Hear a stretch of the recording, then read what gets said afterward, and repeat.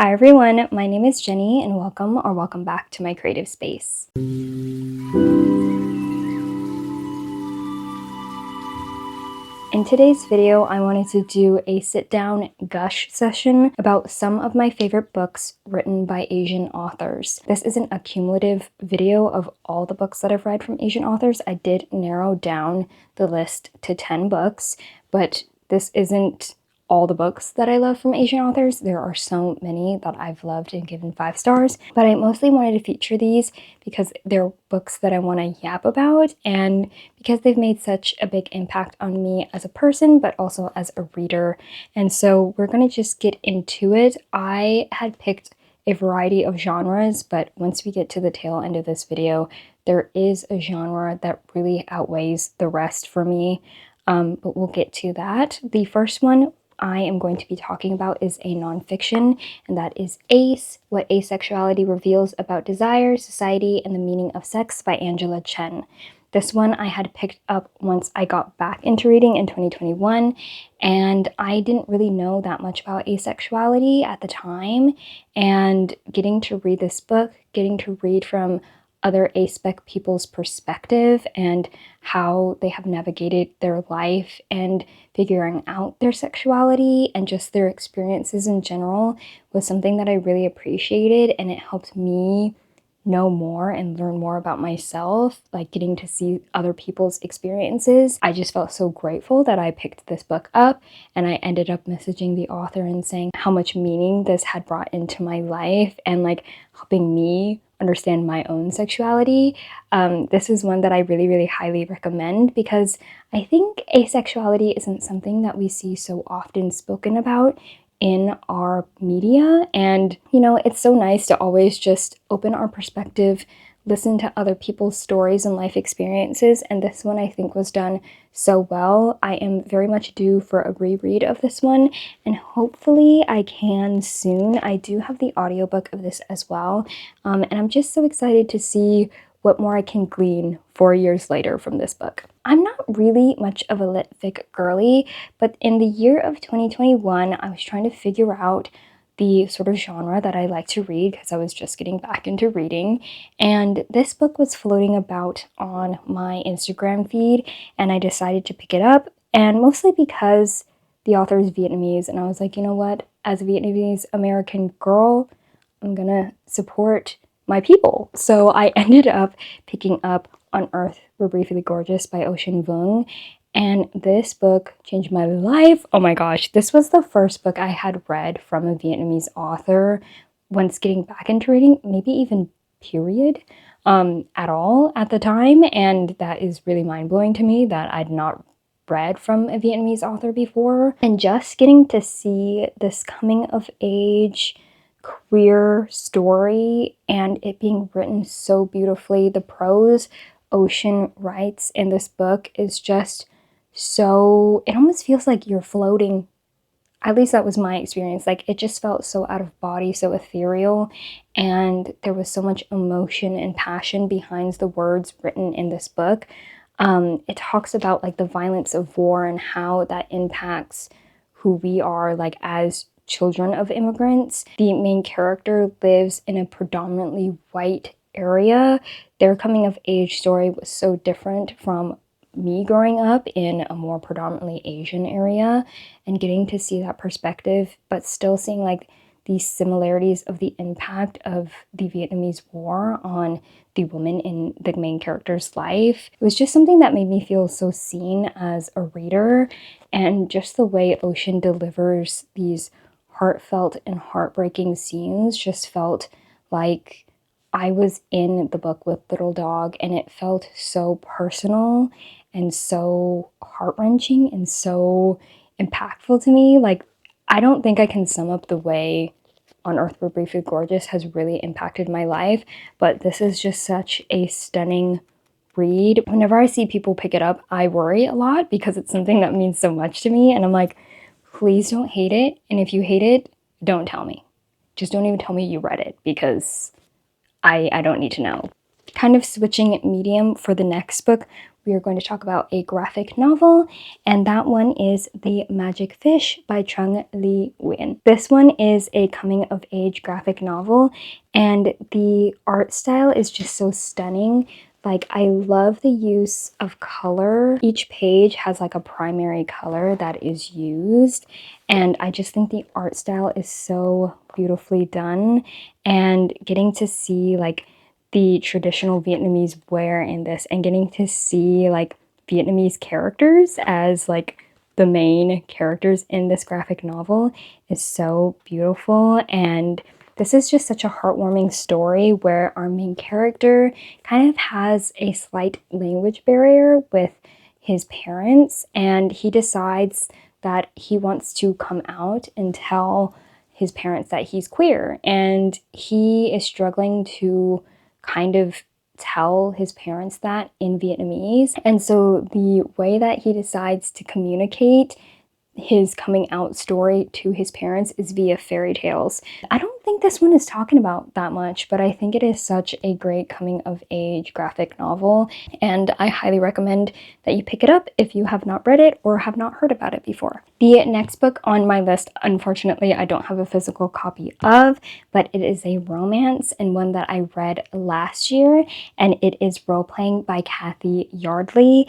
This one I enjoyed so thoroughly because it's romance that follows older characters, which I haven't really read too much of as I've started exploring the genre of romance, but this one I particularly loved because of the author's Vietnamese background. There are little moments of like almost Vietnamese cultural Easter eggs that are laid out in that book, and before I had read it, I didn't know the author was Vietnamese, and it was such a kind of like pleasant surprise to know that I was reading from a Vietnamese author. And secondly, one of the main characters in this book is actually demisexual, and we get to navigate this person figuring out or understanding their sexuality a little bit later in life, and having that perspective and having a main character go through that and having their romantic counterpart be someone who's very supportive and almost guiding them in a way to understanding what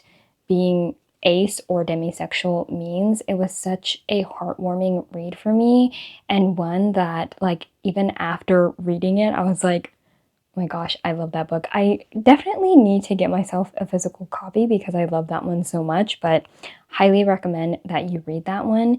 And just overall, the tone of the book was so silly, so goofy, and like the main characters were so sweet. There wasn't really an issue between the two, and they're sort of meet cute in that one as well. It's kind of funny because they play video games with each other and they kind of don't know each other in real life, and so their first encounter with each other is just a kind of funny misunderstanding moment, and I really enjoyed that as a really nice palate cleanser between kind of heavier fantasies I was reading at the time. And then getting into some fantasy, I am going to talk about two authors that really impacted me when I first got into reading again in 2021, and the author that really kickstarted my love for reading was actually Sabaa Tahir, and the book is An Ember in the Ashes. This one I had, oddly enough, been recommended after I read Song of Achilles.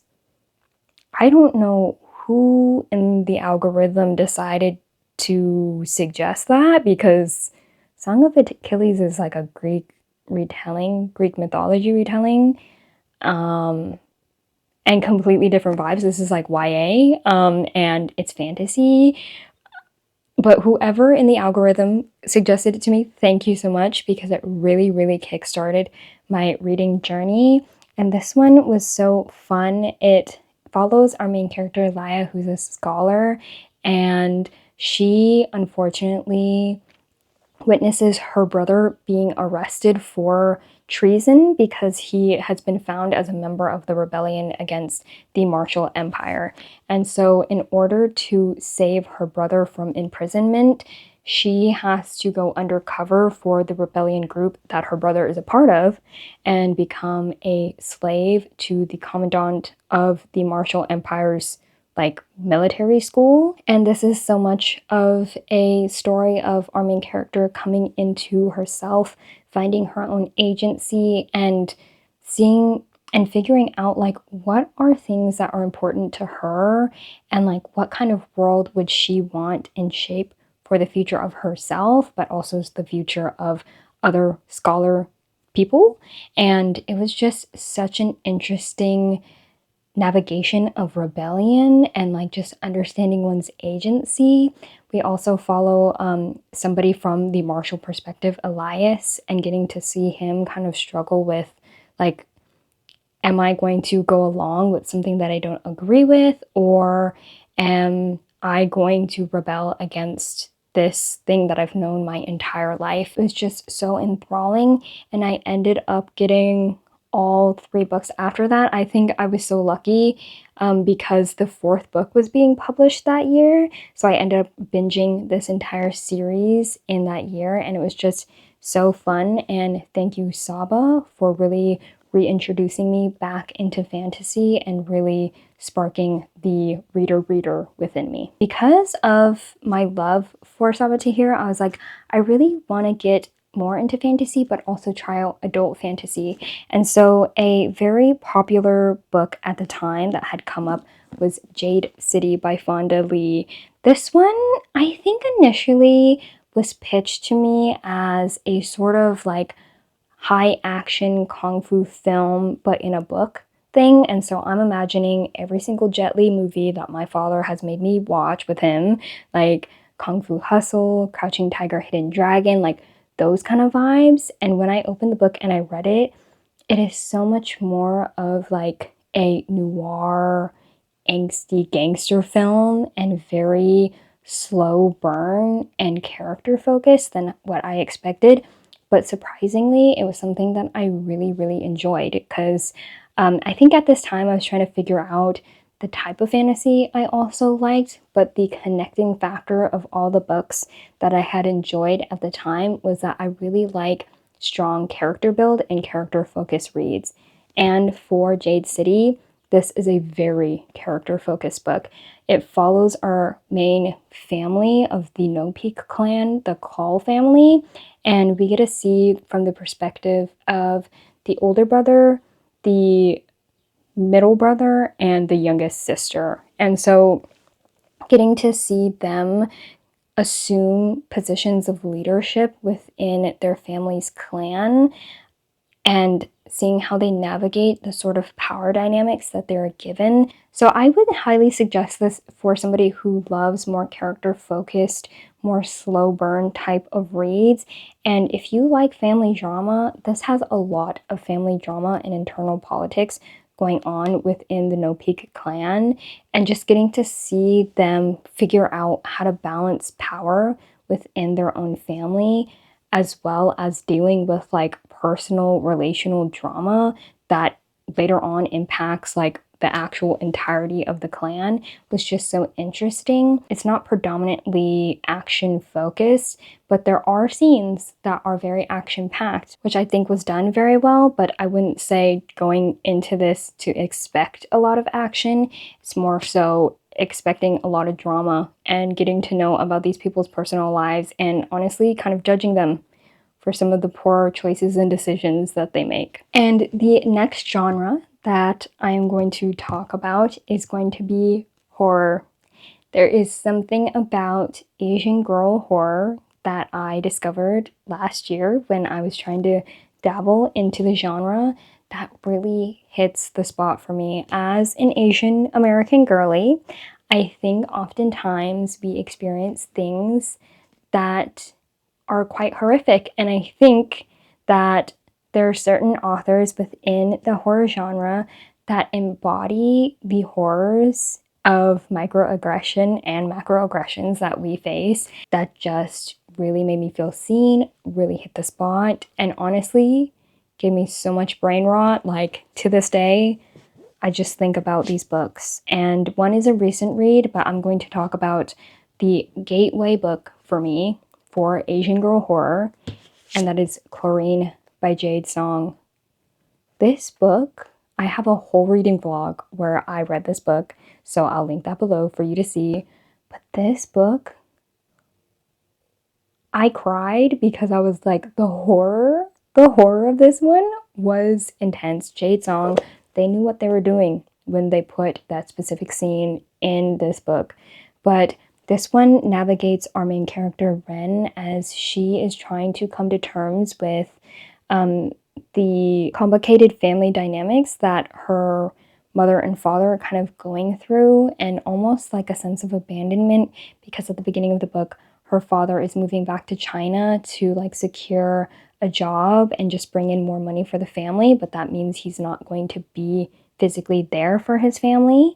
And she kind of throws herself into swimming, and like that is her main focus in life, and it just consumes her every thought and every waking moment, to the point where she thinks that she is a mermaid. And so we kind of see the descent of this young high school girl as she's navigating also being like one of the only Asian people within her entire school and her entire community, and also just experiencing the fetishization that Asian women have to face often in our society, and just having these very uncomfy dynamics with certain people in your life who should be people who are there to support you versus being people who are there to use you for nefarious reasons. And this entire book was something where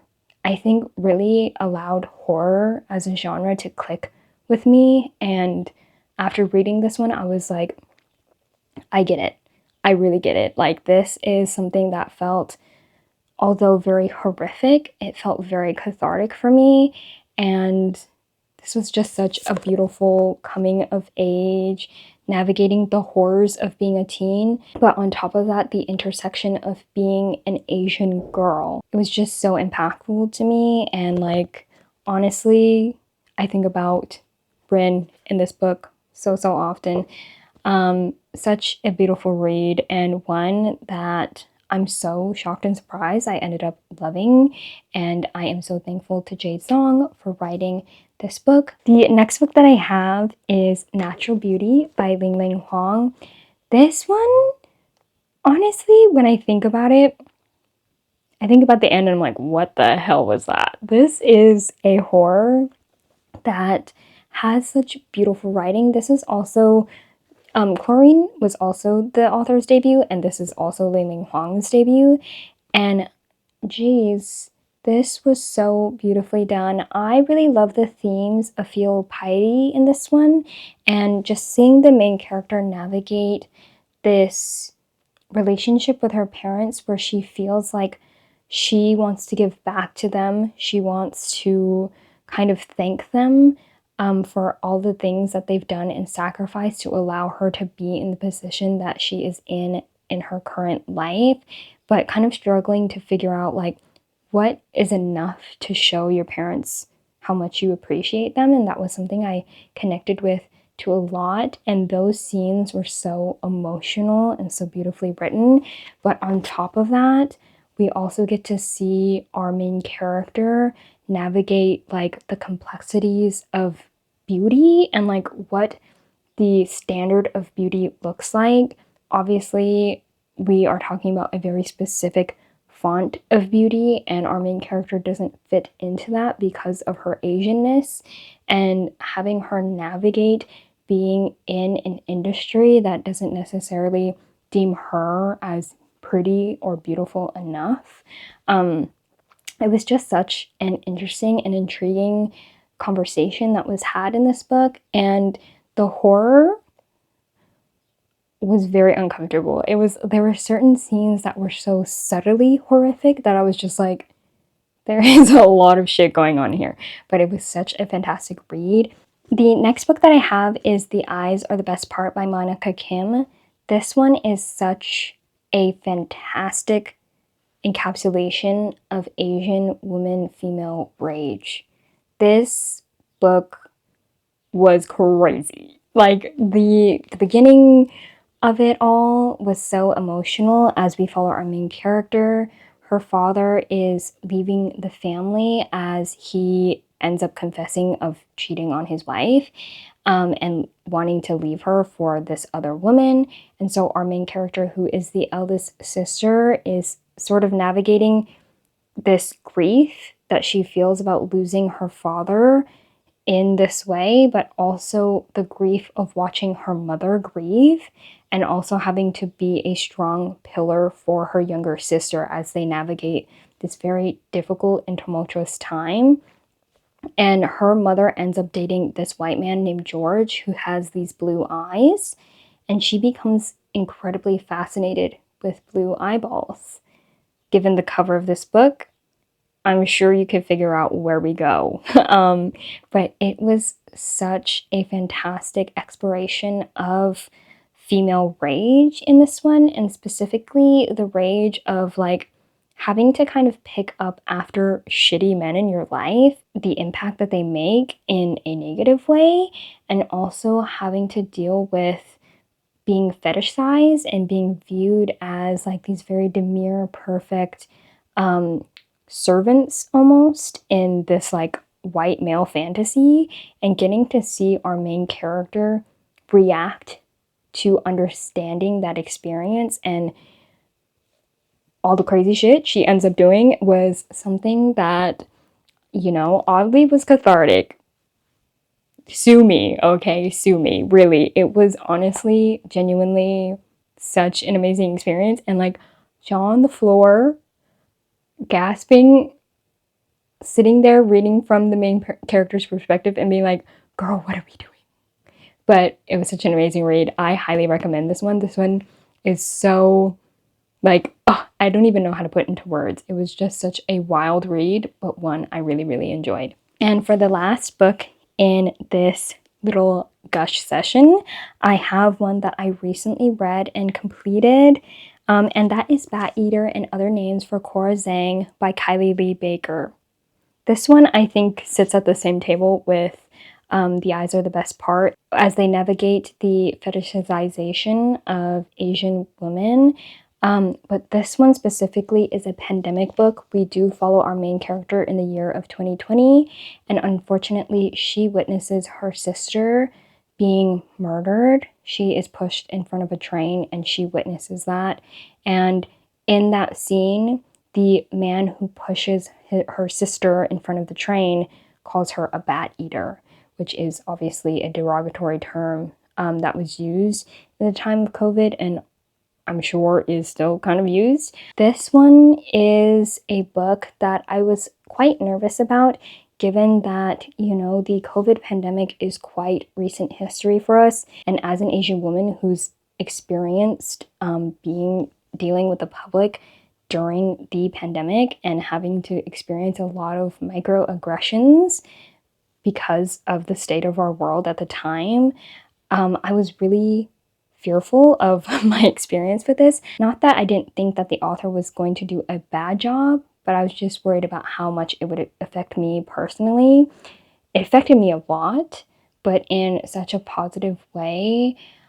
The conversations that were had in here were just very impactful to me, and the author's note almost made me cry. It was so beautiful getting to hear from the author herself and her experience being in the pandemic. And just overall, like, the horror in this was wild. There were certain scenes, like the first chapter, we actually get to witness the death of her sister in chapter 1 alongside Cora, and what a way to open a book. I read that at the Barnes & Noble. I do have an aardvark copy. I ended up getting it from aardvark and returning my Barnes & Noble copy, but I read that first chapter in Barnes & Noble and I was like, I had to act normal in that Barnes & Noble. It was wild. Oh my gosh. Kylie Lee Baker's writing, phenomenal. I know that the books that they've written before have been like YA fantasy, and this one is their first adult horror. I cannot wait for Kylie Lee Baker to put pen to paper and write another horror, because this was fantastic. the right amount of commentary about the horrors of society, the right amount of gruesomeness, the right amount of silly goofy to, like, you know, have some levity in the narrative.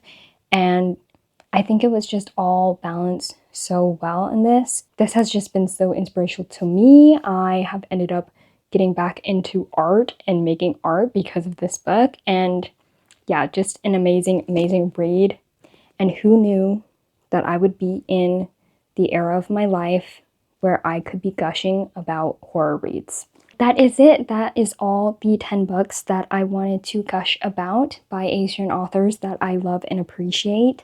I hope I have had enough enthusiasm to inspire you to pick up these books and maybe try out a genre that you don't read too often. I think the Asian girl horror is really taking the cake for me in regards to like Asian authors recently. I think horror in general is something that I've really been gravitating towards, and they have just done such an amazing job in depicting the experience of an Asian woman in today's society. But other than that, if you've made it this far and don't have anything else to say, let's put some bats in the comments for Bat Eater and other names for Cora Zhang. But I hope you enjoyed this video. Thank you so much for watching, and I'll see you in the next one. Bye!